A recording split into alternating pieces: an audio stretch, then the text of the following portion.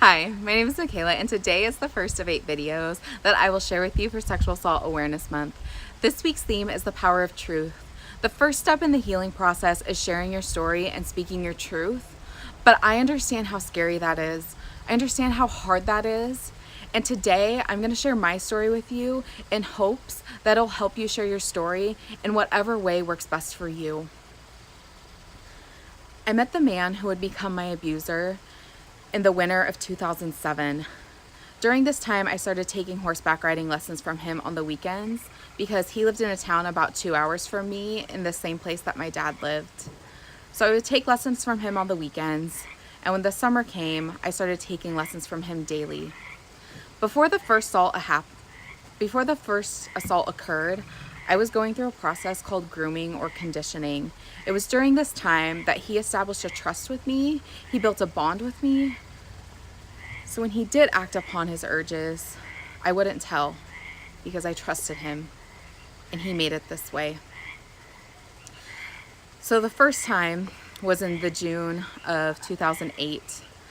I had just got done with my lesson. I had got my horse unsaddled and the arena was over here, and there was an alleyway that connected the stall barn and the arena, and I was standing at the intersection of the two where the ties were for the horse, and I'm brushing her tail. He comes from the arena and tells me that he's leaving for the day. He comes up and he gives me a hug, and I felt his arm come around me and his hand come up over my left breast. I look over and I realize this is not an accident, and he's rubbing it, he's caressing it. And I look back to the ground, I look over, I look kind of up, and then I finally look to him and he asked me if I've ever had sex.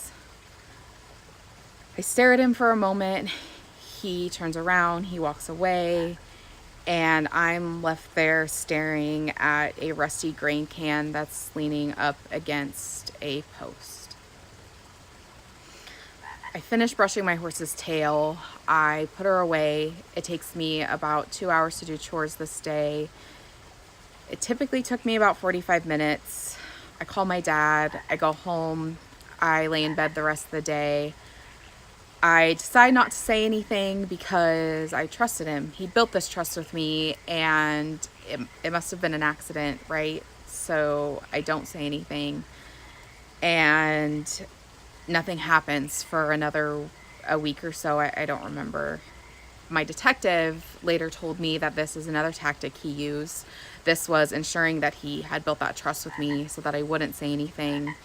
And then after this time, period passed, it started happening weekly and then daily, and what started out as just grabbing my breasts turned into grabbing my butt and kissing my neck, and then later he kissed my lips and other parts of my face. I remember certain things. I use this protective mechanism called dissociation. So during the assaults, I would check out for a little bit of time, and then I would kind of come back as it would end. And in August, I went on a camping trip with my family, and this was the first time that I had been away from the situation for the few months of the summer. And I'm sharing a tent with my cousin. I wake up from a dream.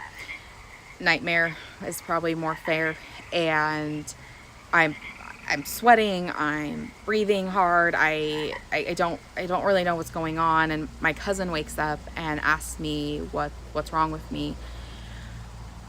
I finally tell him what's been going on that summer, and he says, "I'm not letting you go back. I can't let you go back." And I freak out because my horse is still there, and we were in the process of buying her. And so in my mind, which he led me to believe, was that if I step away from this situation, then I lose my horse, and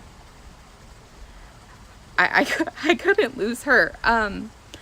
She, I cried on her like more times than I've ever cried on anybody. I held her neck. Like, she was my rock. She was there with me through everything, and I couldn't risk that. So my cousin tells me that on 2 conditions I can go back, and that is, 1, I will be out of that situation within a week, and I will get my horse out of there in any way that I can. I can tell my dad I'm homesick, and we'll figure it out. God, I love my cousin. I did it. I took that week. I got my shit together. I told my dad I was super homesick, and I get home, but I still have no intentions on telling my family what happened. But my sister notices that there is something wrong with me, that I am mad, that I am angry, that I'm bitter, and she tells my family what happened, or that she didn't know what happened. She tells my family there's something going on with me. And that's when I said something. My dad is friends with the head detective in the town, and the detective comes down, he interviews me, and that's when the court process started. I attended my first trial when I was 13, and I attended my last when I was 16, and during this time I got the opportunity to stand up and share my story and speak my truth and kickstart the healing process. But I understand that there are some people that aren't as fortunate as I am, who didn't have the support or whatever to share their story and start that healing process.